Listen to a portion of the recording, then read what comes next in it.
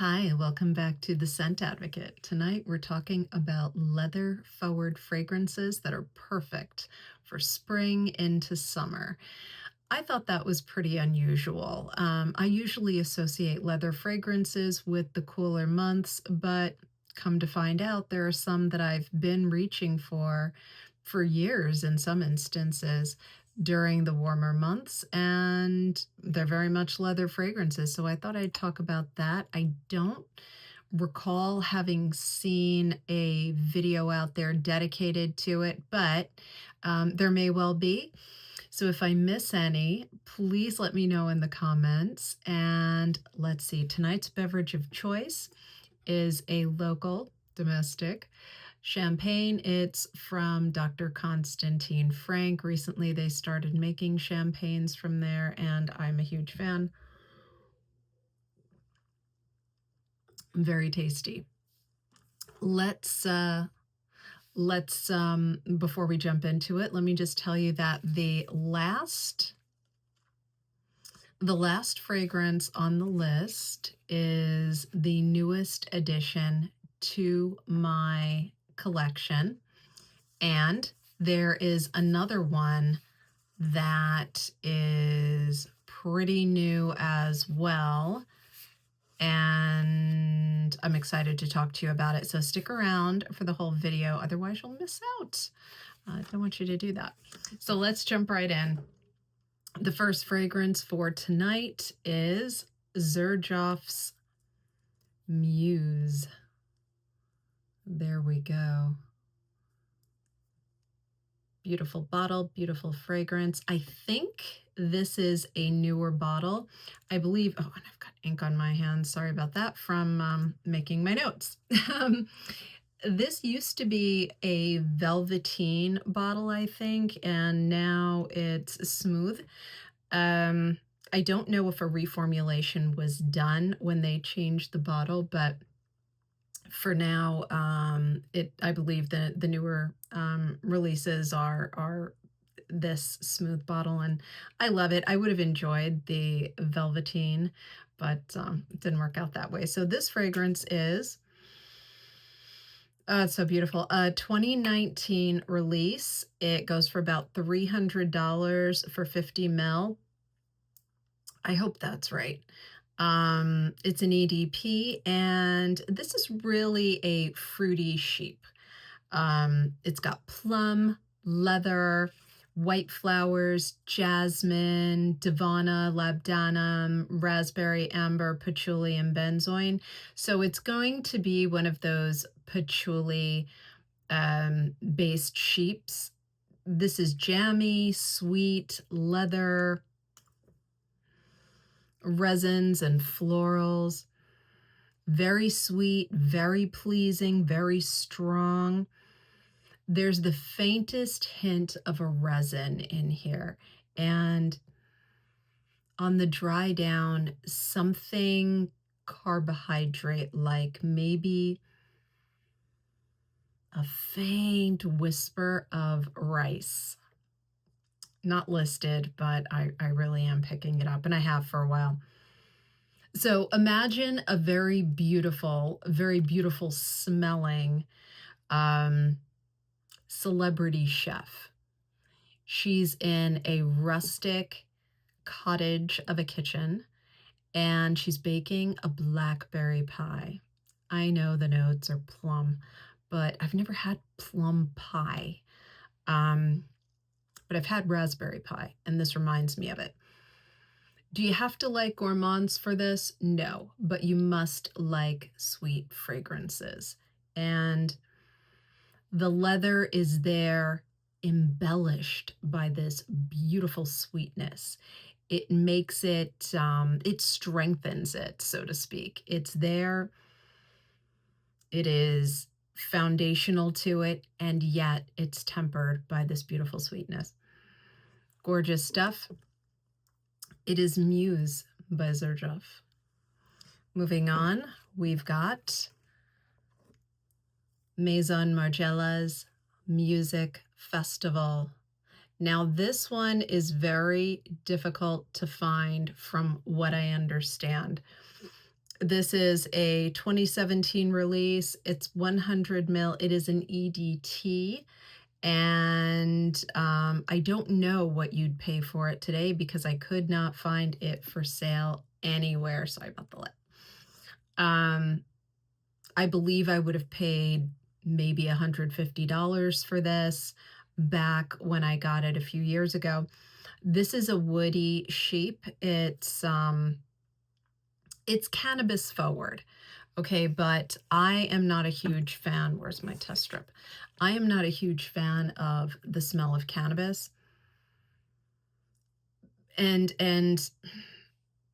so the note, let me just do the notes first. Okay, cannabis, apple, violet leaf, patchouli, tobacco, incense, leather, cypress, and cedar. It opens up with a stronger sense of cannabis, but it's not a skunky cannabis. It's not like the name implies, a music festival cannabis. Not at all. It's very pretty. It's very strong in its apple note. The violet leaf, I'm not really getting that. The patchouli, definitely. Tobacco, yeah, but it's a tobacco leaf, a green tobacco leaf. Incense, maybe. Leather, definitely a leather. Cypress and cedar, sure. I get some of that for the cypress at least. I get some of that kind of piney resin thing going on in the background. It's delightful, it's energizing, and it is perfect for summer.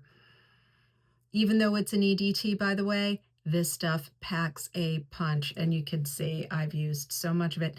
Well, I guess that's relative. So I've used this a lot over the years, and yet it is so strong that I've not gone below half a bottle. It's handsome and relaxed. You know, this makes me think of a vacation, but not during the hottest months. There's something about this. I think it's the leather that makes this more of a spring fragrance to me. Or this time of year in upstate New York, honestly, this is supposed to be more summer, but we're having a very cool summer. And so it's perfect for this kind of weather. I think this is very commercially pleasing. But let me know in the comments, have you tried this? I have not heard a whole lot about it, and I just want to put to rest any concern that this is overly marijuana. It's not to me. Oh gosh, I hope that doesn't do you guys think that's going to cause a problem with the algorithm? I hope not. I never think about these things. But there you have it. Excellent stuff.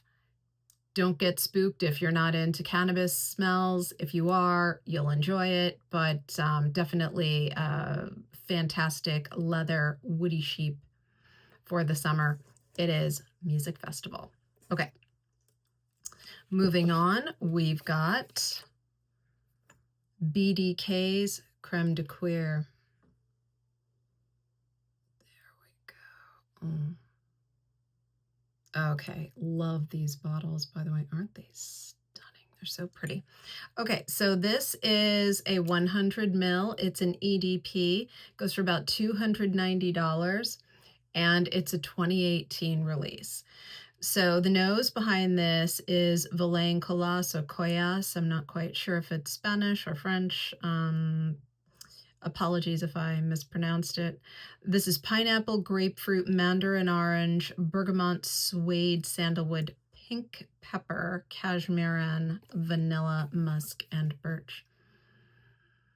Oh boy, this is wonderful. From the second you spray it on, I think this stays pretty consistent in its smell from opening to base. This is a very handsome citrus and pineapple leather. Extremely likable. This reminds me of a certain very popular retail store in the early 2000s. known for its very attractive models and what I thought were extremely fragrant stores. Now, it doesn't smell exactly like the store, but I remember there was a fragrance. I just have to spray more of this. Oh my gosh. There was a fragrance that I feel they deliberately sprayed, to attract people into the store. And then there were leather fragrances throughout the store as a result of the clothing and shoes. Maybe they sold belts and not shoes. The clothing and some of which were leather goods in there. So I think that's what is just taking me right back to that. So not the same, of course, but it's a familiar, positive feeling I get, just an amazing jaunt through a mall. And I have, in my fantasy, plenty of money to spend on whatever I want. And, everything smells great and looks great. And I'm having a great time. Who doesn't love that? BDK's Crème de Cuir. All right, moving on. We've got one of my more recent purchases. Can you guess what it is? This was a blind buy. It is Francesca Bianchi's Candy from Strangers. Yep. This is a 2026 release. It's a 30 ml extrait, and I paid about $200 for it approximately. So this is bergamot, violet, iris, woods, patchouli, and leather. This is an iris leather, straight up. Wow, is it amazing. The brightness of the bergamot is there at the opening, and I think it gives it a little bit of fruity levity. But it settles into a very powdery leather fragrance.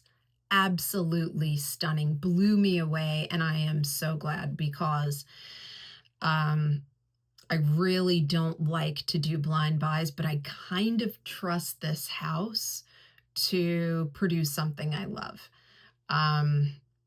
There are a couple of fragrances from the house that I haven't bought. I do not have everything from the house, but I have a lot.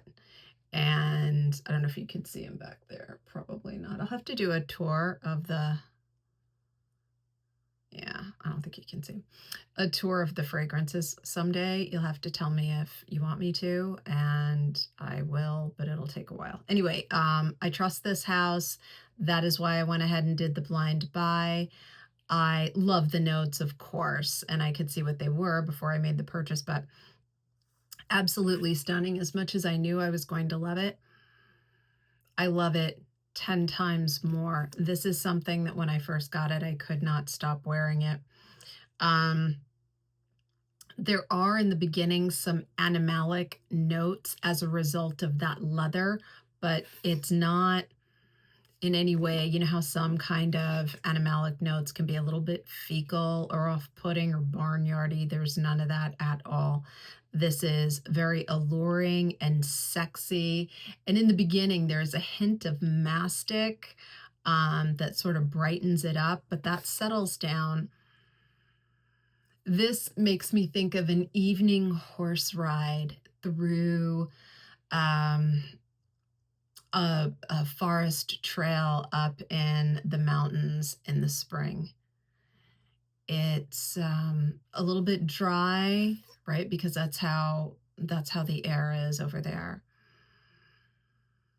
And that kind of leans into the powdery feel, and the air is fresh and bright, and there are wildflowers and the saddle from the horse. And right here you have it. Candy from Strangers by Francesca Bianchi. Have you tried this? Let me know in the comments. Next, we've got Strangers Parfumerie's Magenta Pop. I may have talked about this once or twice before. I love this fragrance. This is a 30 ml EDP. It's a 2020 release, and it goes for about $90. Um, it's dark, rich, smoky. It's a dark, rich, smoky leather. Like Candy from Strangers, the leather does express as a little bit animalic, but not much. It's very um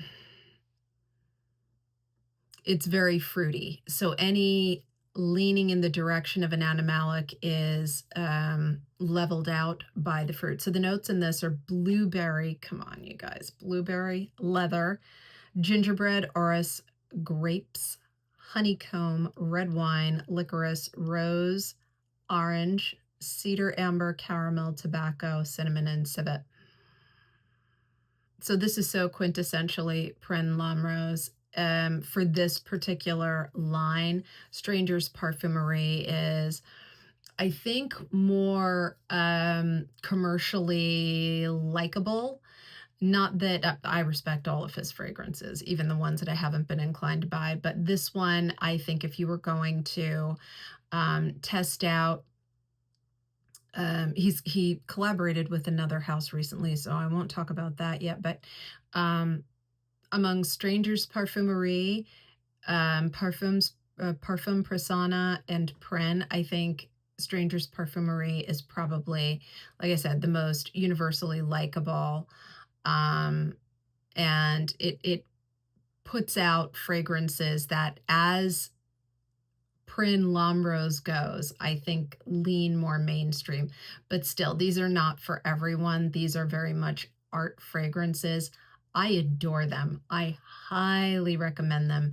I think these fragrances, along with houses like Francesca, Bianchi, and others, these just kind of epitomize the reasons I got into niche and indie fragrances. They are so unique and so special, and you can smell the personal touch that goes into each of these. This is a gifted artist, and he works with other gifted artists to come up with these fragrances. It's, the entire operation is incredible. And I absolutely love this one. This beautiful, fruity leather, gorgeous stuff, Magenta Pop. All right. Last fragrance in tonight's lineup is the most recent addition to my collection. And it is L'Ombre d'Ir.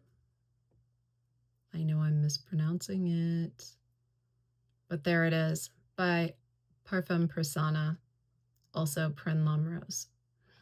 Now, I tested this a couple of months back when this first came out, and I absolutely fell in love, and I said I was going to get a full bottle, and indeed I have. The notes in this are leather, aldehydes, civet, frankincense, basil, orris concrete, jasmine absolute, geranium, champaca, and cumin seeds. This, of course, is a 2026 release. It goes for about $180. It's a 30 ml, and it is an extrait. This is so special. Oh my goodness. So, yeah, I just want to... This is perfect for summer because it's got the aldehydes that give it like a levity in the beginning, bright, uplifting, and then that combination of basil and leather together creates like an oak moss accord. I know oak moss is a note, but it comes together like an accord, right? How an accord is made up of multiple notes. It comes together like that and makes an accord out of oak moss. And it presents as a sheep to me, definitely sheepra to me. Okay. It evolves. It's happy, it's cooling, it's classic, it's strong. This makes me think of that famous Dutch girl who charmed the world right around the time of World War I with her Javanese dance. Do you know who I mean? Trivia time, don't cheat. Let me know in the comments if you know who I'm talking about. It just makes me think of her learning to dance, being this kind of strong, resourceful woman, and going out and wowing the world, at least for a while. Absolutely stunning stuff. And I feel like the fragrance itself has that kind of Indonesian feel to it. I've often associated with Prin Lamrose fragrances. In addition to Southeast Asian, I've also gotten some Indonesian feel from his fragrances. And I do think that the two are distinct. But there's a heaviness, an earthier quality that you get from the Indonesian influences that I think are distinguishable from the Thai influences of his more Thai-centric fragrances and notes. This one's different. Let me know if you've tried this fragrance. It is an absolute stunner. It's L'Ombre d'Hier. And do correct my pronunciation, friends, if I got this wrong, and I'm sure I did. Okay, so what do you think of tonight's lineup of leather fragrances that are perfect for the warmer weather, spring, summer? Which ones did I leave out? What do you think of my newer additions? What do you think of, like the Crème de Cuir? Do you wear this in the warmer months? Let me know in the comments. And if you are not yet a subscriber to the channel, please consider subscribing. If you enjoyed the video, give me a thumbs up. I'll see you in the next one. Bye.